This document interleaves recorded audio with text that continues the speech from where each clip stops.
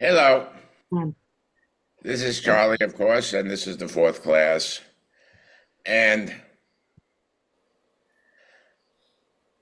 one of the things about I've done a lot of teaching in my whole life, but I'm always intrigued to find out, and mostly I think people enjoy my teaching, get a lot out of it, but I'm always intrigued to find out that it never quite works out like I was expecting.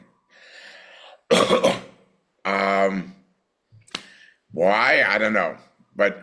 And that's good because that's how I learn. So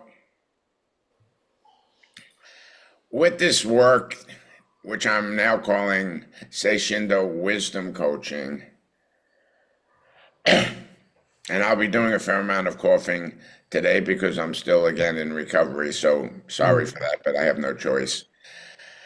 And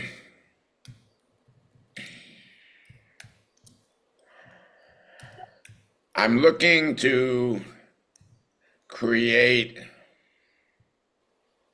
kind of like when I'm working, a bit like a soft cocoon, a safe place where people can tune in, be respected, be appreciated. They know that within reason they can say most anything, mhm. and people will go, they could go, wow, sorry to hear you really suffering like that. Or some other comment which would lead the person that initially spoke to feel appreciated and respected. And wow, do we see, particularly in America, that so many different people no longer appreciate and respect each other. And I say that, in in general, I look to create with my personal sessions or with my classes a space that's warm, welcoming, safe, and full of hope. And I came upon this fantastic quote this week by a lady by the name of Anne Lamott. I guess you would call it Lamott. And here's the quote. Sometimes hope is a radical act, sometimes a quietly merciful response, sometimes a second wind or just an increased awareness of goodness and beauty. Maybe you didn't get what you prayed for, but what you got instead was waking to the momentousness of life and the power of loving hearts. You hope to wake up in time to see the dawn, the first light, a technicolor sunrise. But the early morning instead is cloudy with mist. Yet still, as you linger, the ridge in the distance stands majestically black against a milky sky. And if you pay attention, you'll see the setting of the moon that illuminated us all as we slept. And you see a new day dawn. That's Anne Lamott's expression of hope. And I believe that people are much more capable of great change as well as great stability when they feel safe, respected, and hopeful. So, in further setting the space for today, because very much I'm looking to set a space that we're all belonging to for this next hour or so. And I decided to do something that I used to do for all of my workshops at the beginning. I used to read a poem. And one of my favorite poets for a long, long time is a lady by the name of Mary Oliver. I believe she's passed away now, but a quite well-known poet. And here's here's her poem. You do not have to be good. You do not have to walk on your knees for 100 miles through the desert repenting. You only have to let the soft animal of your body love what it loves. Tell me about despair, yours, and I'll tell you mine. And meanwhile, the world goes on. Meanwhile, the sun and the clear pebbles of the rain are moving across the landscapes, over the prairies and the deep trees, the mountains and the rivers. Meanwhile, the wild geese, high in the clean blue air, are heading home again. Wherever you are, no matter how lonely, the world offers itself to your imagination, calls to you like the wild geese, harsh and exciting, over and over announcing your place in the family of things. So I read the first short piece by Anne Lamott, and now Mary Oliver's poem, which I think is called, if I remember correctly, Wild Geese. And I'd just like to hear what, if any, kind of thought or feeling any of you have in regard to hearing those two pieces, please.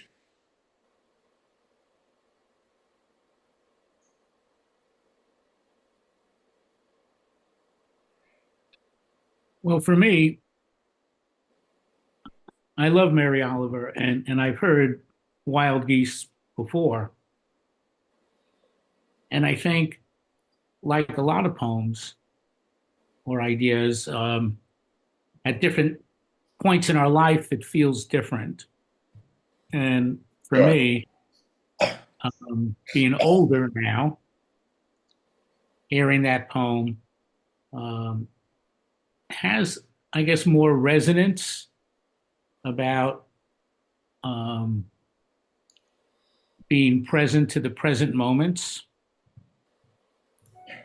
I guess the older you get, the less of those you have, like a hourglass with sand. Yes, yes. And so in some ways, the words are just more poignant, even though they're also familiar.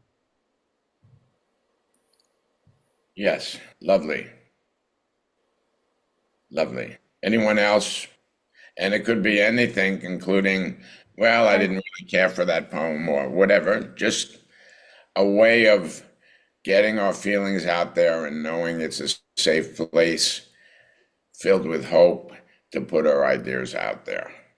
Hi, Charlie, Ginny. So good to finally make it on this Oh, there platform. you are. Yes. Yeah. And yeah, and I just want to say I identify with that coffin because everybody always says God bless you, but I get coffin a lot too. So I have a partner in. Thank you, Charlie. But that poem actually for me, oh, it was so beautiful. It just put me like in like a grassy field, and I just saw like I don't know, like nature, and I just kind of resonated with, as the previous speaker was saying, like just with life, how precious life is and how it changes, and almost to go with the flow with change and wherever it brings you. It was just so beautiful. I just almost went in a trance.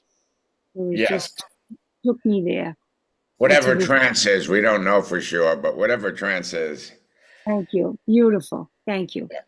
we might all say, I went from the trance I was into another trance. Yes, I like that. Yes. And So this is lovely, and then anybody else is welcome to share. And one of the reasons, like I say, I always used to read at least one poem before all of my classes when I taught. So I've gotten back into this today. And I want to get people into a place, a space where they're thinking more like the way that Mary Oliver is speaking, rather than quickly raising their hand and go, yeah, I got a problem I want to work with, and blah, blah, blah, blah, blah. And they're already off to the races. And I realize I often have really clearly the image in my mind of quickly throwing my fishing rod line out there and hooking them by the collar, because I know by the time they stop saying what they want worked on with today,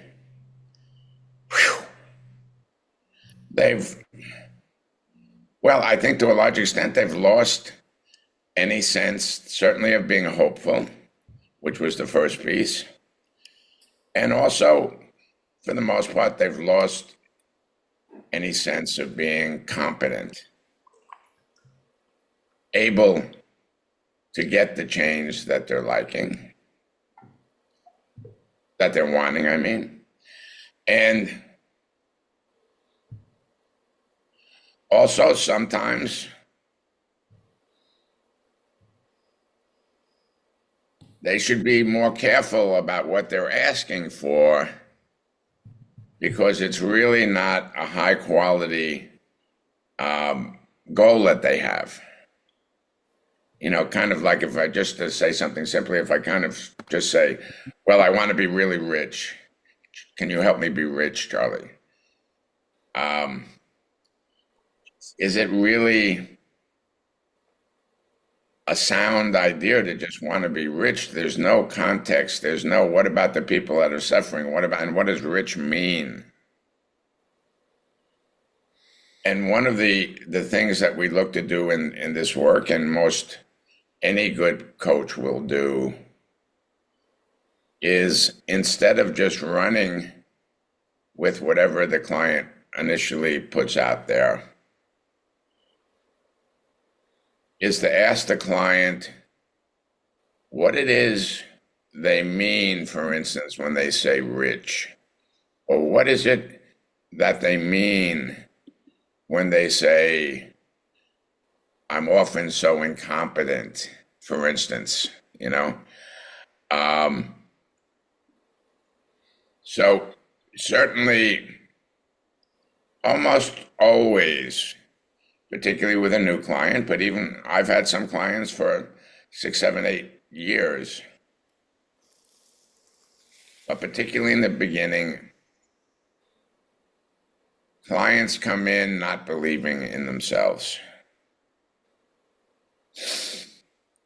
And I took a deep breath when I said that, because, yeah, it kind of requires a deep breath when you don't believe in yourself. It requires more than one deep breath. And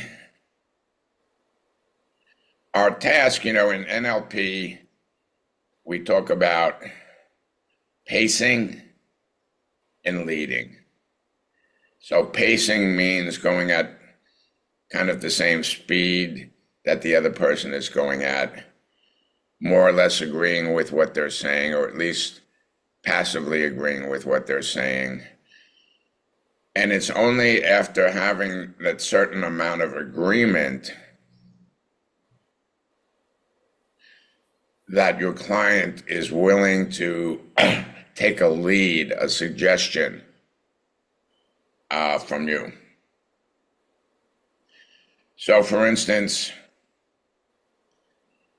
here in Thailand, maybe, you know, more in the whole world than I realize. I haven't lived in the United States for 40 years, but there's a lot of heavy male drinkers here in Thailand. And just as a kind of poor joke, when I say heavy, they're too heavy, they're overweight, and they're also heavy drinkers. And luckily, I mean, I have a little intelligence or wherewithal after all these years. I don't ever say to someone, I always use the name Fred. That's just a made-up name. You know, Fred, if you don't mind me saying, that would be a stupid way to start to begin with, because he's going to mind what I'm saying. But if I say, you know, Fred, if you don't mind me saying, holy mackerel, it seems to me you're a pretty heavy drinker.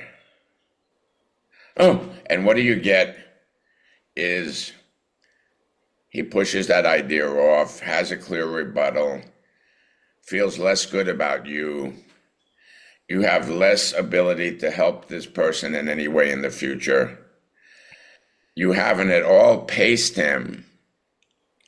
And really, really importantly also, is the person hasn't asked you for your opinion. And along with that, he very importantly hasn't asked you for your help. Sorry, what gave you the idea that I was asking you for help? You know, so when we attempt to help people when they haven't asked for it, we usually just create a fairly low quality relationship with those people. So I take a deep breath, pause, and you know, I've long considered the work I do, which I call Seishindo, and now I'm calling it Seishindo Wisdom Coaching, to be both a human potential discipline and also a healing art. Healing. And I started using the term healing art in regard to Seishindo because I had a really lovely woman who, interestingly enough, has a quite strong scientific background, which I don't have at all. And just recently, she said to me, you know, what you're doing, Charlie, is really healing people. And I realized there could be so many misunderstandings there. And I just take it to mean kind of, yeah, I guess I would say healing people, helping people heal their wounds. Helping people heal their wounds. And most of us have a number of wounds. And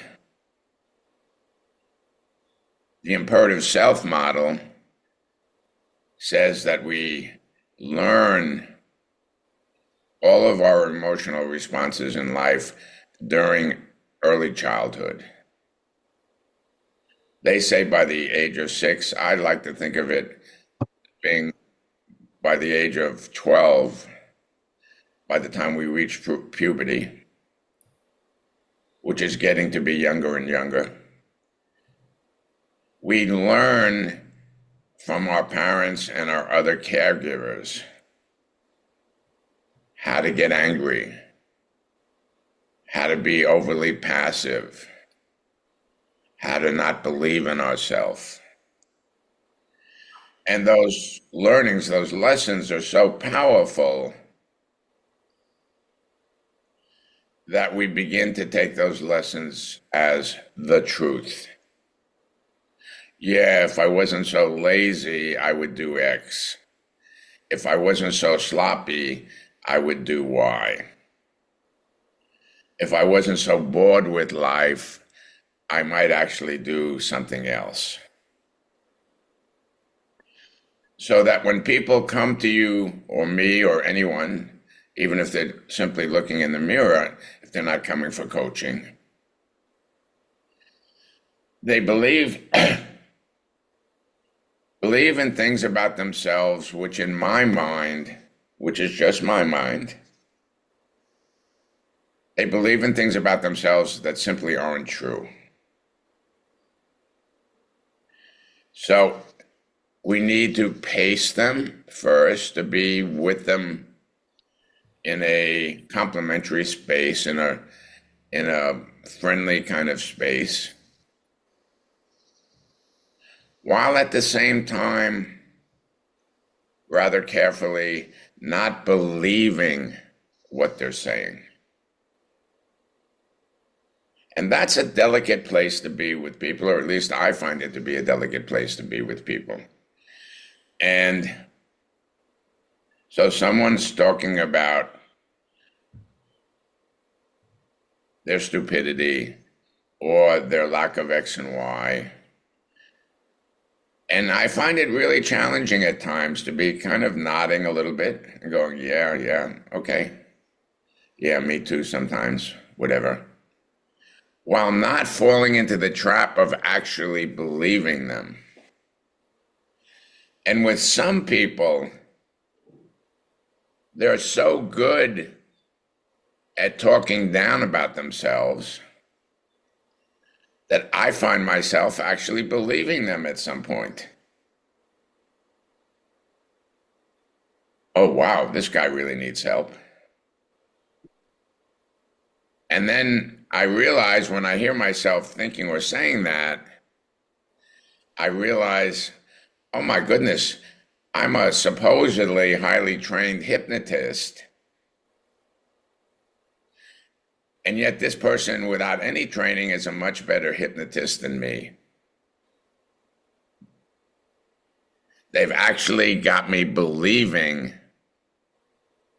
what it is they're saying. And that's one way you can think about hypnosis.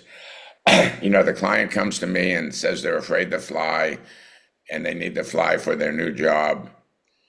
And I need to somehow, it's just a way of thinking, I need to get them to the point where they're no longer afraid to fly by my skillful use of language, supposedly. And here's this client with no training, and the client has me believing that they're incapable or annoying and such. Something interesting to pay attention to. So with Seishindo wisdom coaching, as I'm calling it lately, rather than attempting to kind of fix or ameliorate the situation that the client comes to us with, we give ourselves a quiet task, a silent task of helping them to be more self-aware, more fully alive, and fully appreciative of themselves. And that even when we do use techniques, they're techniques that are meant to be infused with wisdom. And certainly we're not making an attempt to somehow get these people to believe in something that they don't currently believe in. It's just not such a great model. So that's an opening salvo or two, more than one, maybe. Who would like to respond to anything that I've just been saying? And of course, Rob, if you do want to respond about this fantastic shirt I have on, please feel free to do that. Go ahead, anyone. How dare you, Charlie? How dare you? That's all I have to say. Yeah. And, you know, I love that shirt. I think sometimes when I'm working, people say, how dare you, without actually saying it. And maybe some of my ideas are radical. And I can notice sometimes,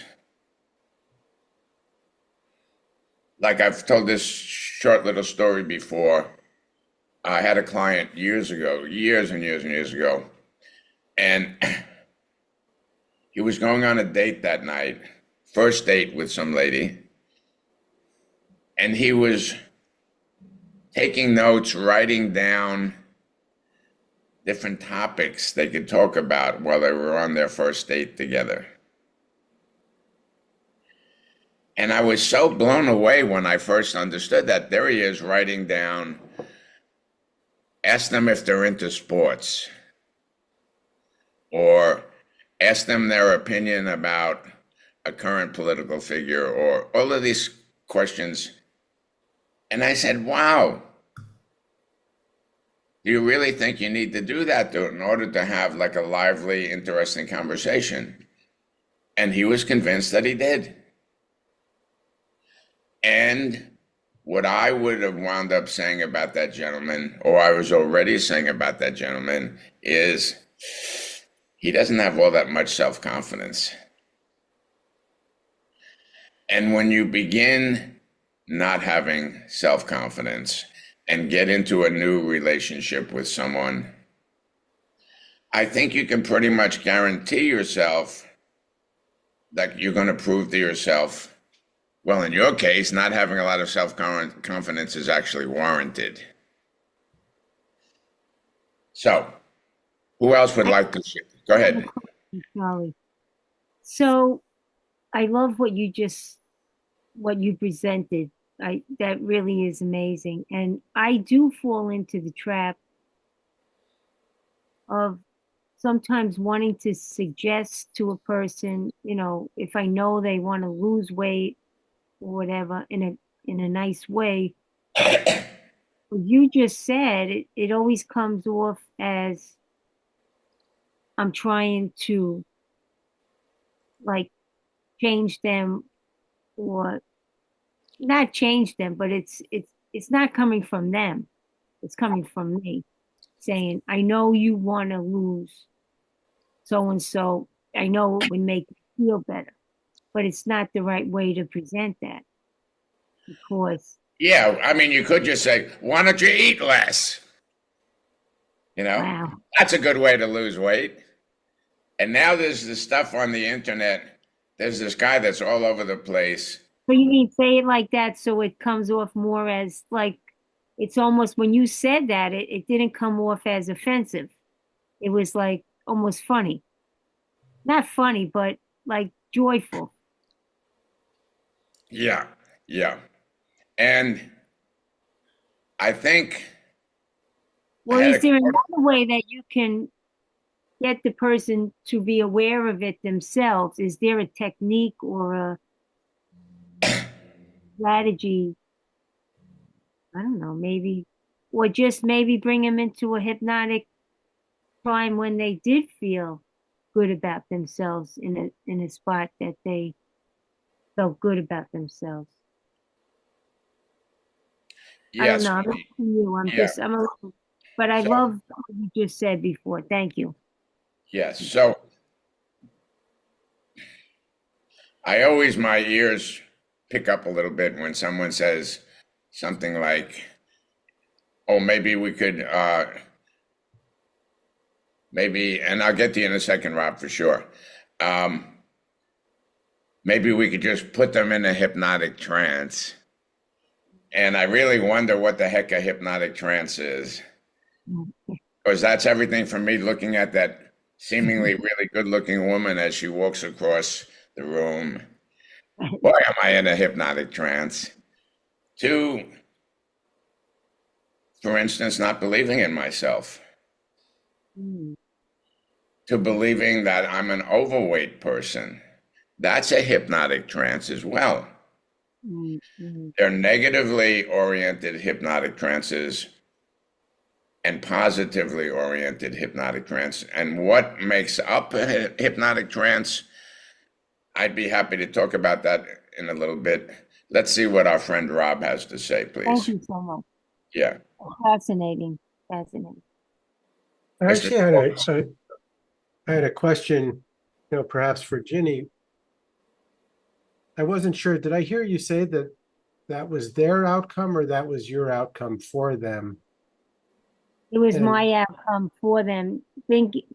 Kind of believing that I know I'm speaking about somebody that's close to me, that I know she wants to lose like 10 or 15 pounds because she's getting ready for a wedding, a dress. But it's the way, it's my way of saying, I know you want to lose weight, but it just doesn't come out right, Rob. It doesn't come out right. The way I did try to say, I know you enough that I know how comfortable you are when I could tell how your face was. But I think it was completely wrong. But so now yeah, it's it's kind of just, you know, funny it's a, that I'm in the setting and I'm kind of like reliving it, and I'm like, oh, yeah, it's almost better. I don't know. Zip my mouth. it's a rich moment, you know. Right. But sometimes I'll just speak for my own. Sometimes when I'm coaching somebody, I suspect that they may want something, but they may be a little bit embarrassed to bring it up. So Yes. that's one scenario. But another scenario, you know, sometimes we want something for our client and they haven't asked for it. And that could be tricky. You know, it's like, oh my God, this would be perfect for you. Like this is the perfect scenario. And yet that may not be what they're there for. And you know, I had somebody say that to me. I said, oh, and my friend does this, it drives me crazy. And my other friend said, well, why does it drive you crazy? Wow. You know, and it got me reflecting on my own experience a little bit. And you know, sometimes we want health for somebody. Yes. Um, you know, but that's Thank you for that. unfortunately we can't sort of put that there. So What came to me was to just be present for the person, to be totally present and loving.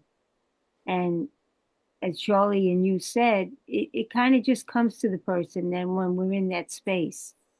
So that's what I just got out of this little scenario. Thank you. So, when it comes to a battle of the emotions and the intellect, or a tug of war, shall we call it, I believe that almost every single time the emotions went out over intellect. And it can also be, I'm not sure the right word to use, but an easy trap to fall into. Like many times I've had, and it's almost always men, because alcoholics there's many more men than women, or at least there used to be. Of some guy comes to me for coaching, and he says he really wants to stop drinking. And you know what? In my opinion, after talking to him a little bit, he doesn't really want to stop drinking. And Ginny, I know you've worked with a number of people that drink too much. We could call them alcoholics, but that's not necessary to do. Right. I don't know how you have such a good memory. And I'm also in recovery as well. Yeah, Yeah. yeah. And What a uh, good memory. and it's really important to not fall into that trap of quote unquote trying to help them stop drinking, because I'll start to soon believe that I'm ineffective as a coach or a hypnotist. Because, well, I certainly couldn't help Fred. Well, Fred didn't want to be helped. But maybe one of the ways Fred can feel fairly good about himself is claiming that he really does want to stop drinking. And particularly if Fred is married and his wife has gotten annoyed with him any number of times because he's been drunk, maybe he says to her with a sweetness in his voice, honey, I really do want to stop drinking, and I'm going to try my best starting today. And there might not really be all that much truth in that statement.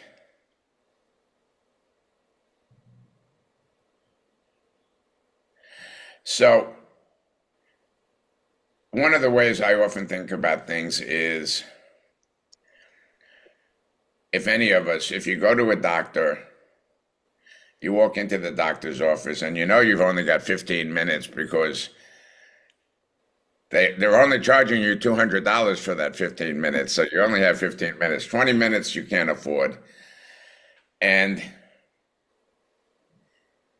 when they ask you, so what's up or what's wrong or something, they're not wanting or expecting your self-diagnosis. You know, so if you say, I'm having heart palpitations, they don't immediately take their prescription pad and write some prescription for heart palpitations. You know, they would never ever do that. That could be completely dangerous for them to do that. So they don't believe that what you're saying is actually accurate. And so they ask you questions, they give you an examination, they use their stethoscope, whatever. And then they determine what they think you need treatment for. And also, I know for a fact, having talked to some doctors, for instance, talking about drinking today, is that, well, more and more, you can see it in the internet and all over, not that that makes it right, but it's becoming quite talked about these days, is that pretty much any alcohol is not good for the health of the person drinking it. So, I mean, a glass of wine at dinner, maybe twice a week or something, yeah, fine, go ahead, enjoy yourself. But for most people, because of the way alcohol is, I think, or the way it affects us, you know, one glass of wine is good, but 2 glasses are better. And so what they're finding out is almost any amount of alcohol is deleterious to your health. So it's one of the things that doctors are looking for nowadays. Well, Fred, you say X and Y, and this is happening, and sometimes you're a little lightheaded when you get up. Let me ask you, how much do you drink? And the other thing they know is chances are, when they ask that client how much they drink, they're not getting an accurate answer. Because anybody that drinks a lot always underestimates. You know, it's like an overweight person. How many times a week do you eat dessert? Oh, once or twice. In actuality, it's 3 or 4 times or even 5, but they're embarrassed to say that. You know? So anyway, we are looking to find out what's right with people. And we're looking to get past the negative self-appraisals that they've learned over the years. And those negative self-appraisals are what leads pretty much all of us to have a number of the challenges that we wind up having in life. So I want to lead us through an exercise now. It's something I've created from my years of work in Japan. And not only did I study Aikido quite intensively, but I was a serious student of something called Noguchi Seitai. Noguchi was the name of the sensei, Noguchi Sensei. Seitai, one of those words in Japanese that's hard to translate. It can mean like correctly ordered body. So like if I'm sitting like this, it's not a correctly ordered body because look at the way my right shoulder is up so high. So it was a way of helping people get back to having a correctly ordered body. So this technique, go ahead. So I did have one or two thoughts, but I can do them now or later, whatever you want to get into the exercise. Excuse me? I said I had one or two thoughts, but I can share them now or later, depending on you want to just jump into the exercise. Yeah, let me get into the exercise now, if you don't mind. Okay. So I put myself a little further away from the computer. I don't know how noticeable that is. And is most everybody, Joel, is most everybody able to see me now as the main speaker? You never changed for me, so someone else would have to answer that question. As co-host, you're just one piece of the puzzle, unless I spotlight you.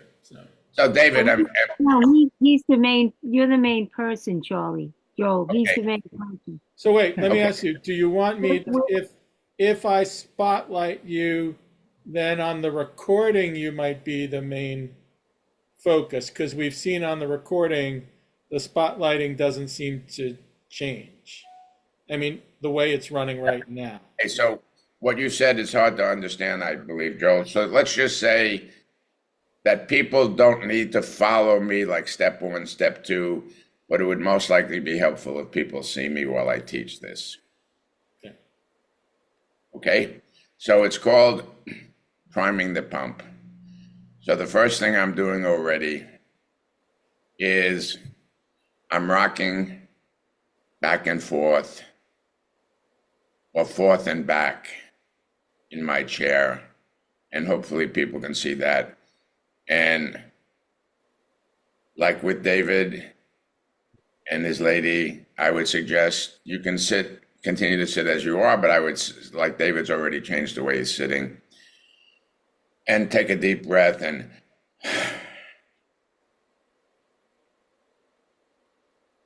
so in Seishindo, we believe that the tension that we feel, the stress that we feel, to a large extent is simply the fact that we're holding on with our muscle system unconsciously. We're not aware of the fact that we're holding on with our muscle system. And the more we hold on, more the energy that's in our system starts like bouncing around from one place to the next because it's got less area to move in. So another deep breath. And I roll my head from front to back like a very big yes. And left ear to the left shoulder. Forgot what's what there for a moment. I noticed Joel is yawning, which is great. And it's funny, I'm already getting into this and I'm having a little trouble with my words. And scrunch up your shoulders and then just let them drop. And scrunch up your shoulders and let them drop. Yeah, that's it. Again, shrunk up your shoulders, whatever that word is, and let them drop. Yeah, and I'm noticing, bless our souls, there are some of you that are scrunching up your shoulders and then like slowly letting them go down. That's showing me, I think, excess muscle tension in the shoulder area. So it's let them drop. Feel your feet on the floor and now start rocking your body from left to right. And get into, when you go to the left with your trunk, put your head to the left. Go to the right to with your trunk, your right to the, that's it. Back and forth. Somewhat like a pendulum clock, an old-fashioned grandfather clock. And feel that you're getting into a rhythm. Because you are getting into a rhythm. Take a deep breath and then start moving your head and neck in the opposite direction to some extent of what you're doing with your trunk of your body, and Joel happens to take another yawn, which is great. It means the hind brain is opening up. And now start moving left to right or right to left in an oval shape.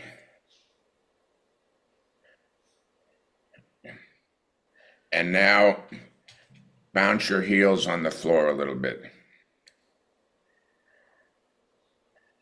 And then make a sound. Here's a potential sound. Huh!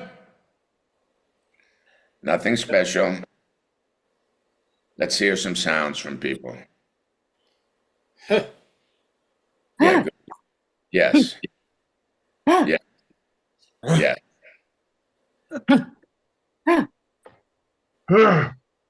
Yes, there's a good one. That's a yeah. Yeah. Yeah. Round in circles. Now, a little bit almost like you're going to stand up, but you can't quite stand up, but up and down, up and down, up and down. And even you get your butt ever so much off the seat, or whether you're sitting on a exercise ball or whatever, you go up and down a little bit, up and down, up and down, up and down. And then just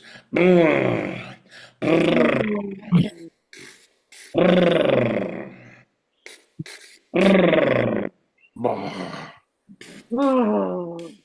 yes, yes, yes, yes. Very important. Very important. That's right.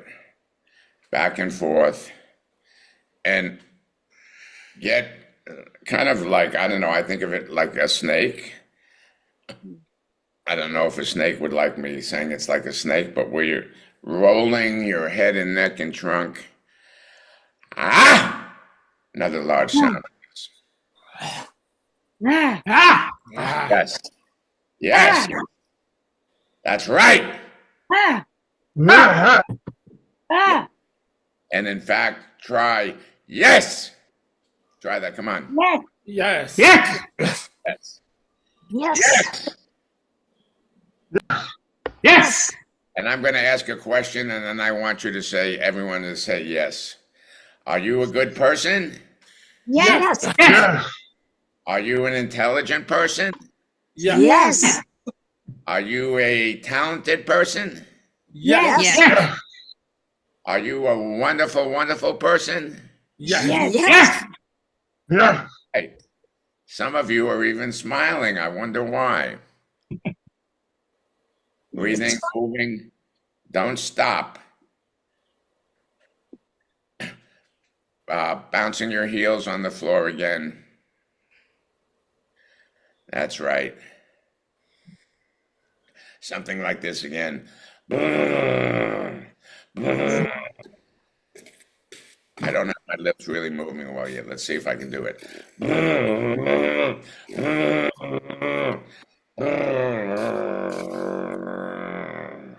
Let's hear something like that. Come on.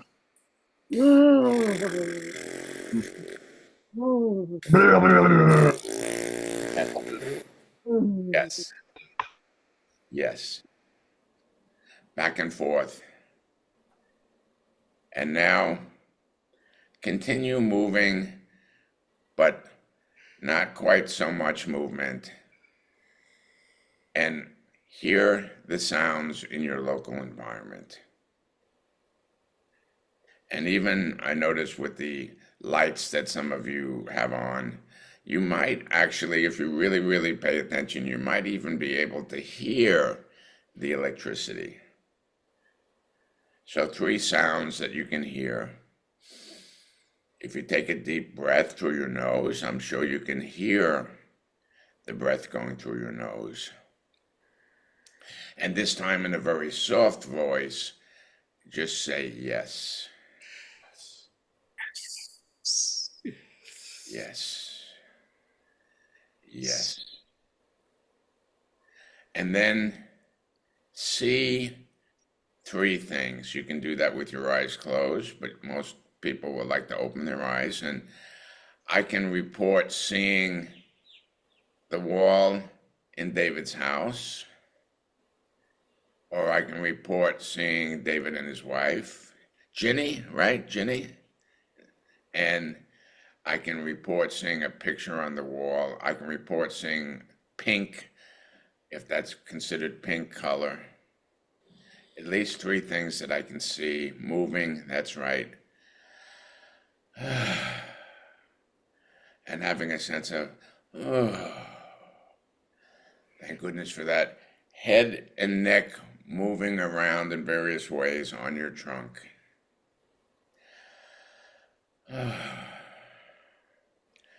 And 3 physical sensations. Could even be something like the clothes on your body, my shirt on my trunk. I have shorts on because I'm living in Thailand, and it's maybe, I don't know, in Fahrenheit, it's maybe already 75, 80 degrees here. It's early morning here, so it's still not hot, but I have shorts and I can feel my shorts. I can feel my feet on the floor, and I can feel the front pad of my feet, and my toes are touching the floor a bit stronger than my heels. And that's good. That's fantastic. That's right.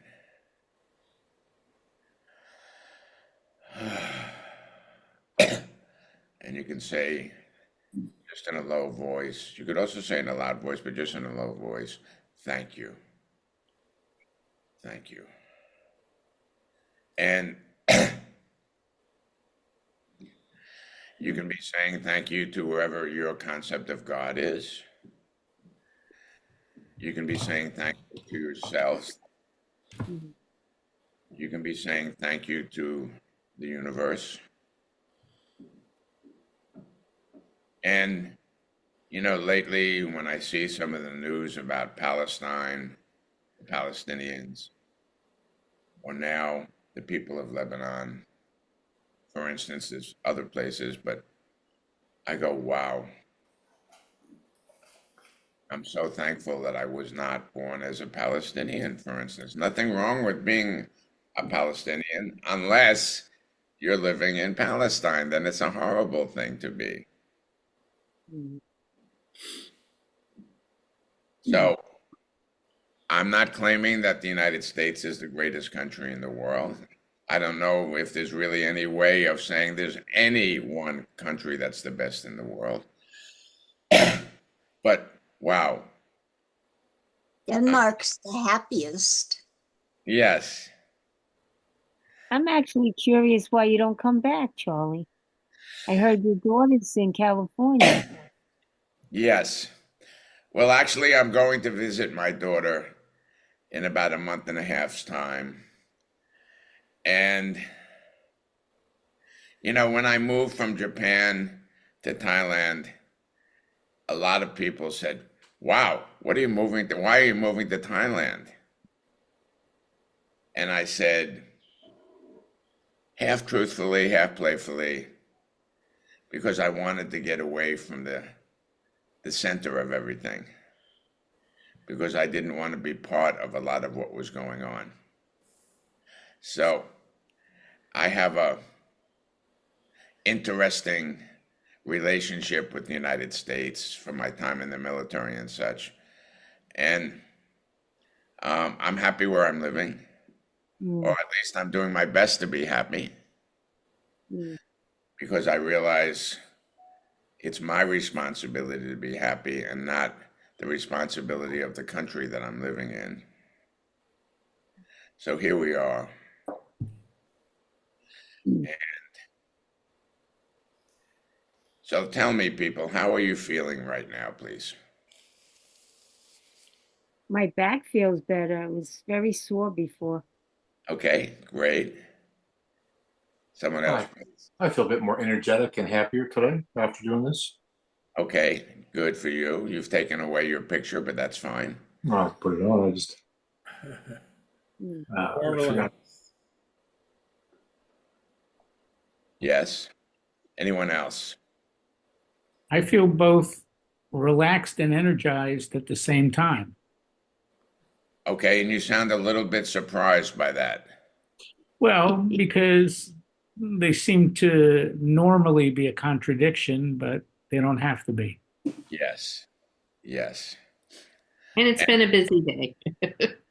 And most likely because you're feeling more in tune with yourself and less contradictory with parts of yourself, is my guess. Yeah. Denny Ransom. I love that name. So how is Denny Ransom feeling?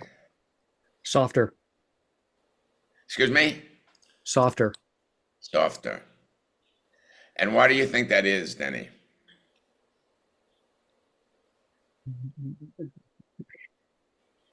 Because I've had a chance to work the tension out. Mhm. Yeah. The tension gets trapped in our system. Mhm. And what happens is it's kind of like revving your engine. Let's say you're sitting at a long traffic light, could be like a full 2 or 3 minute traffic light, and you're sitting there revving your engine. And why are you doing that? You're going to be sitting there for the next 2 or 3 minutes. Why are you revving your engine? It's not great for the engine. The engine's not designed to be revved when nothing's actually happening, when it's not engaging and moving the tires and stuff. So when we tense up, we're holding on to excess energy, Mhm. energy that's more than we can properly and easily use. And it's not something great for our system. How about Roger Sharon, who I'm so happy finally made it here? How are you feeling? Well, this is great talk to think about how powerful people's emotions can be and how to recognize it and recognize it in ourselves. Yeah. And I'm sitting, quote unquote, sitting. Well, I am sitting here, but I'm I'm very definitely still moving. Mhm. Mr. Schwartz, tell us something, anything. Anything for crying out loud. Um, I'm certainly a lot looser than I was, and I just came from my yoga class, so I thought that was quite interesting. I did an hour of yoga and then kind of do this for just a few minutes, and I feel more groovy, I would say. Okay. And this Mhm. would be a feeling, something similar to this you'd be happy to have through more of your everyday life. Yeah, sure. Yeah. And it's simple enough. This exercise happens to be on my YouTube channel, and it's called, again, Priming the Pump. Mhm. I think on my channel it's about a 21-minute exercise. I think we did about 18 minutes today. But you can easily do even 5 minutes. I mean, if like you've got a call in 15 minutes or something, 5 minutes, 10 minutes. And if you do go on the YouTube Seishindo channel page, I would ask you to do me a favor and subscribe to the channel. And don't worry, I won't be sending you annoying messages. But it's just, I like to have a sense of who has interest in the work. And yes, Joe, what did you have to say, by the way? Because I sort of got carried away, as I often do. It's okay. So I love what you were doing today because rocking, doing, relaxing breathing, and especially rocking is just so powerful in my mind. Gentle rocking to helping people relax and open up their system. And I'm actually thinking of doing my own piece on this. So even if you're imagining rocking, I find even that can be powerful. But addressing this and what you did earlier and other things. So I think people should look at Charlie's earlier classes, because all of this, to my mind, is about how can we change or interrupt people's normal patterns. Right? So here we did a very physical example of it. Some of the previous classes, Charlie was having someone just start to talk about something that was going on for them.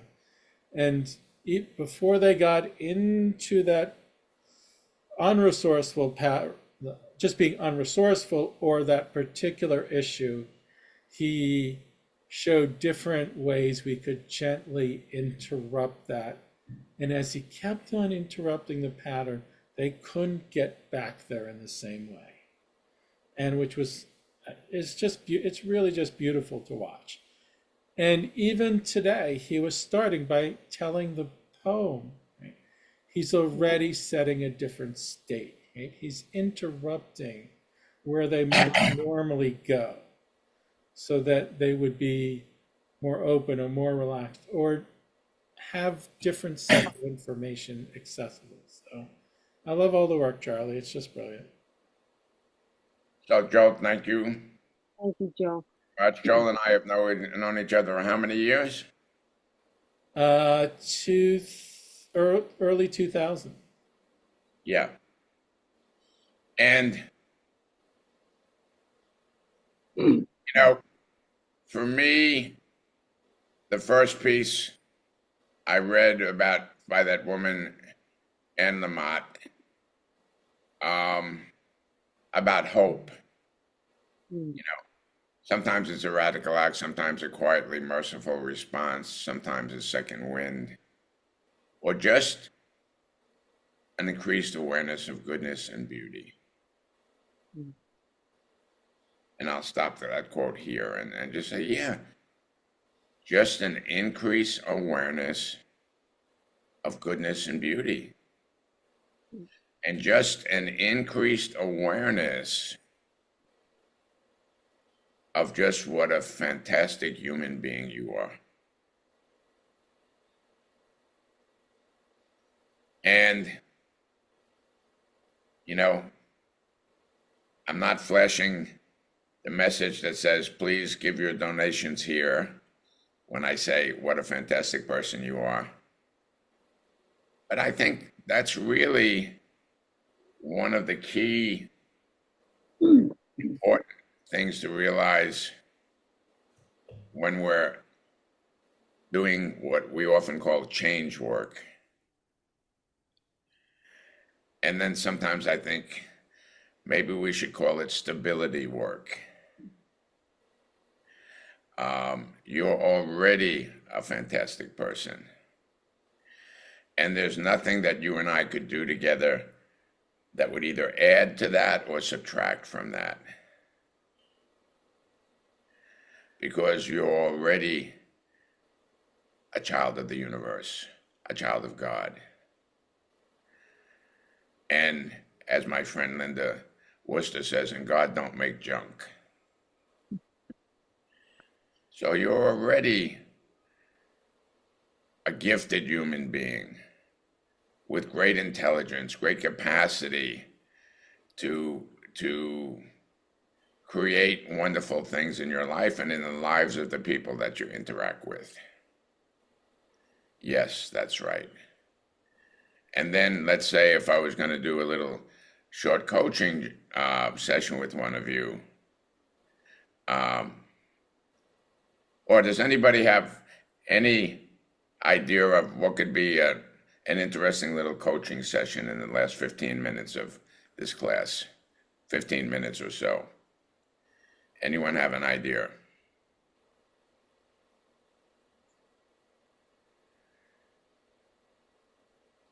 Okay. Maybe there's not enough time for that. And my thought is just being, if you come like to me or to a coach or and with the idea that, you know, I'm a talented, gifted, kind, creative person, I take a deep, deep, deep, deep breath to even take that in. And then I can already start to see whether I'm believing that or not. And if I'm like finding myself, like with Rob Schwartz holding up his hand, Rob says, "What, please?" Oh, I'm curious, Charlie.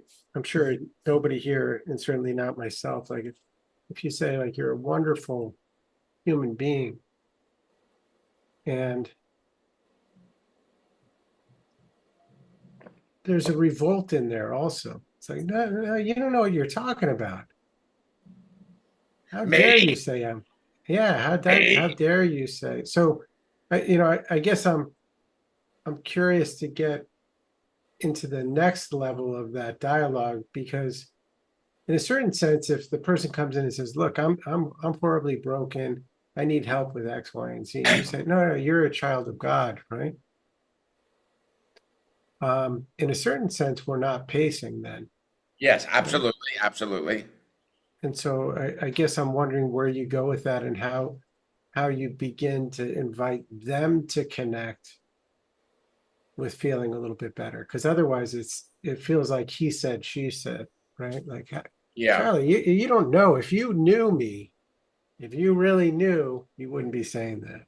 If you really knew me, you most likely wouldn't even be talking to me now. Exactly. So yes, Rob. So that's, I think I alluded to it in the beginning of the class, or towards the beginning of the class, with this whole pacing, going at the same kind of speed as the other person, and eventually leading. That's a very tricky time in pretty much every coaching relationship. And what I try to do is a couple of things. Number one, sometimes I get into talking about just seemingly spontaneously talking about some of the stupid things I've done in life. And if you're like me, it's very easy to do that because you've done a lot of stupid things in your life. I have, you know. And then I might say, someone is buzzing. I can't hear anyone buzzing, so I can't help you with that, Rob. I might say, so Charlie's done this and that and blah, blah, blah, and bing, bing, bing, and boom, boom, boom. How about you, Fred?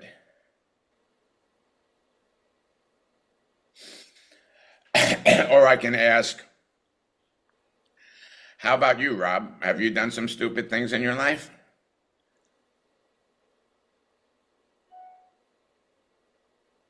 One or two. One or two. Like right now, there's a delivery coming. That's what I meant. Somebody's buzzing. Oh, someone's buzzing because you have a delivery coming. Okay. Yeah, I have a delivery coming. Yeah. So, and you see live more evidence, Charlie. But I like where you're going. I like this. I find that believable. Like if you say, "Well, I've done some questionable things in my life," right? I showed up to a party with food on my face. Then maybe the person can start to see themselves. I'll speak for myself. Yeah. I can start to see myself in that, and I can see that Charlie's not a bad guy, so maybe I'm not a bad guy. And one of the things I often do, it didn't come up in the first moment that you asked me, but it's something I often do with people is I take a moment and I say, let me make a few things clear. One is, for most of my life, I've been what's called a high-functioning alcoholic. So what does high-functioning mean? Well, I had various businesses that were pretty successful, and I did go to work every day and on time, and I did good work while I was there. And then, for the most part, it wouldn't be uncommon for me to drink a half a fifth of whiskey in the evening, or even more if something was really going on. And I used to work 6 days a week, and as I like to say it sometimes, I used to work 6 days a week and drink 7 days a week. or 7 nights a week. And and you know, all I can say is I'm talking to Charlie now. I'm praying, Charlie, thank you so much for stopping that. Because I realized, and I'm still realizing it, I was in so much bloody pain that what I was doing is very easy for me to understand this part now. I was self-medicating. And when you come from the type of early life that I had with a lot of beatings from my father and everything, I had a lot of medicating to do. And I needed more medicine than most anybody else. There was very few people that could stay with me when I was out drinking, meaning that could drink the same amount that I was drinking. And I wasn't trying to show off. I was just a fast drinker, and I could drink 10 or 12 or whatever gin and tonics in the course of an evening, no problem. Particularly if we talk the course of the whole evening, oh my God, of course, not a problem. So I tell people stories like that just to put me in context. Me, the guy that's helping you here today, Rob, is a guy that's done an incredible amount of, I don't know, foolish, crazy things. And I'm lessening and lessening and lessening all of that little by little. How about you? And that usually opens people up to being able to sometimes finally say, for instance, because we have a lot of what's called closet drinkers, people that mainly drink at home. First of all, drinking at home is cheaper than going out to a bar, particularly if you live in Manhattan. I don't know how anyone can afford to go out drinking these days. People telling me they're paying $15, $20 for a glass of wine. I'd need a second job. So drinking at home is a lot cheaper. And plus, you don't have to deal with some of the other idiots that you normally got to deal with when you're out drinking. So a lot of people, it's a big reveal.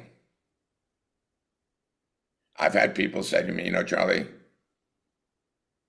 since it's just the two of us here, and I've never said this to anybody before, wow, I can already feel my reaction. I've got a drinking problem.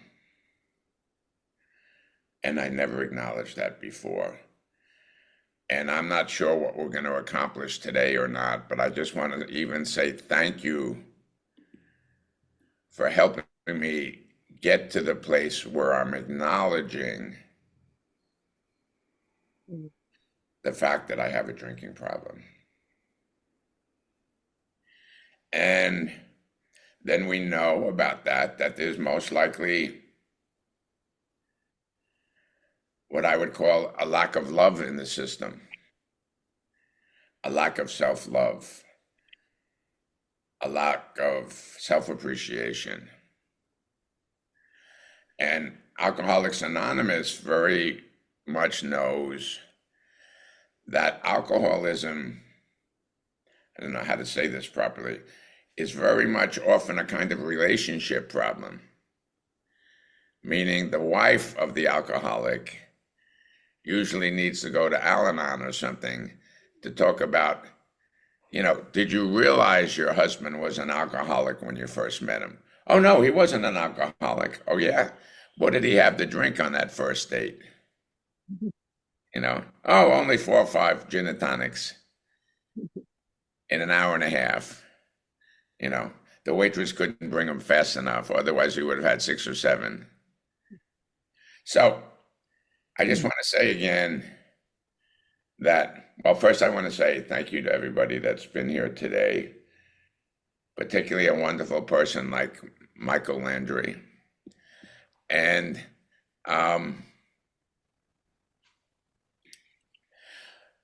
Rob is much more hip to this system than than many people, including me. He knows how to raise his hand on the system. I don't have to look at Rob and see his hand is raised, but and I get this little thing that says Rob's raising his hand. Oh, Rob, and asking a question and mentioning something else.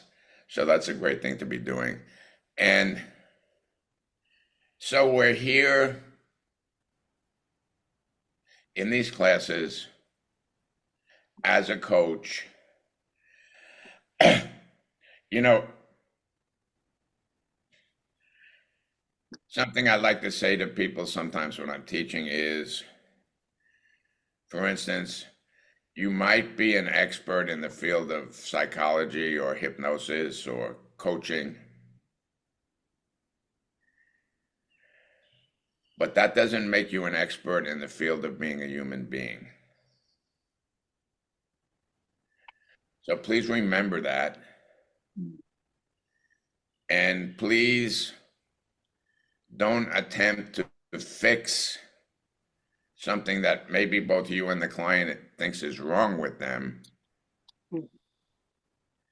Spend a lot more time understanding what's right with them and how they can use their intelligence, their creativity, their ability to stick with it in life to little by little accomplish everything that they want and need within reason. And that everyone runs into some dry patches in life. Everyone has difficult families that they came from or whatever happened. No one's just sailing through life. And please don't believe ever that when you finally get your act together, everything's going to be good for you and it's going to just be one happy day after the other. It's not necessarily the way it works. I had a pretty good friend die recently. And I must say, now that I'm getting closer to the dying age at 76, when I was like 45 and someone happened to die, it was like, bad luck for Fred, but yeah, he had that heart attack when he was, running in the marathon or whatever. Now a good friend dies, someone that's like recently, someone that was a friend of mine since I was 10 years old. They were my friend for 66 years. Whew. And I was just wishing they would have died when I was still drinking more. I say playfully, because I could have had a number of drinks to get past the pain. So here we are. And I'm truly saying thank you to everyone, Rob, Roger, Denny, Joel, Ginny. I have to click this thing to see who's still here. Mike, Beverly. Oh, good. There's Beverly again. Dennis. I hope you're learning something from these classes. And I would love it if you're learning something, if you wrote to me and had sent something about what you're learning. And if it wasn't already the time more or less up, I would go back again now and ask everybody, well, let me just ask a couple of people anyway. Did anybody learn anything today, please? I definitely learned something today. Definitely. Anyone else other than Ginny? It's Roger. I was interested in how you say we hypnotize ourselves. That's very so powerful. Yes. Yeah, and if it ain't one damn hypnosis, it's another. Right. And how that person can then influence you to be hypnotized about what they're saying. I somehow belong to some, it's a group, but I never interact with them, about academics that are studying the field of hypnosis. And I just find it to be hilarious. Like someone wrote an article recently. I didn't wind up reading it. What are the 5 main causes of hypnosis? Huh?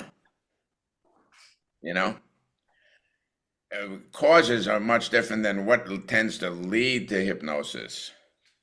And what is hypnosis? We don't, it's very poorly defined. So yes, thank you about your hypnosis remark. Anyone else? I just want to say, I like what you said just lastly about the most tonight was accentuating the person's good qualities, because that does bring them out to that self-awareness.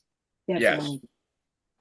Thank you. Anyone else? Thank you, Ginny. Oh, I enjoyed the postural work that you were showing us, and the fact that then combination of the voice and then the positive self affirmation is something I can use on a daily basis, so help other people with as well. Thank you.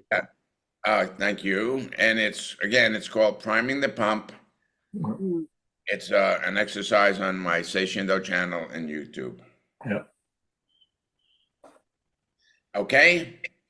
So thank you very much, and I hope I'd love to see all of you again in 2 weeks' time. I got at least 1 thumbs up. Oh, there's a second thumbs up. Okay. Yeah, oh, there's a third, fourth, fifth, sixth. Yes. Thank you very much. Okay. Good night or good morning or whatever time it is in your location. God is blessing us. Bye-bye. Thanks, Charlie. Thanks, everyone.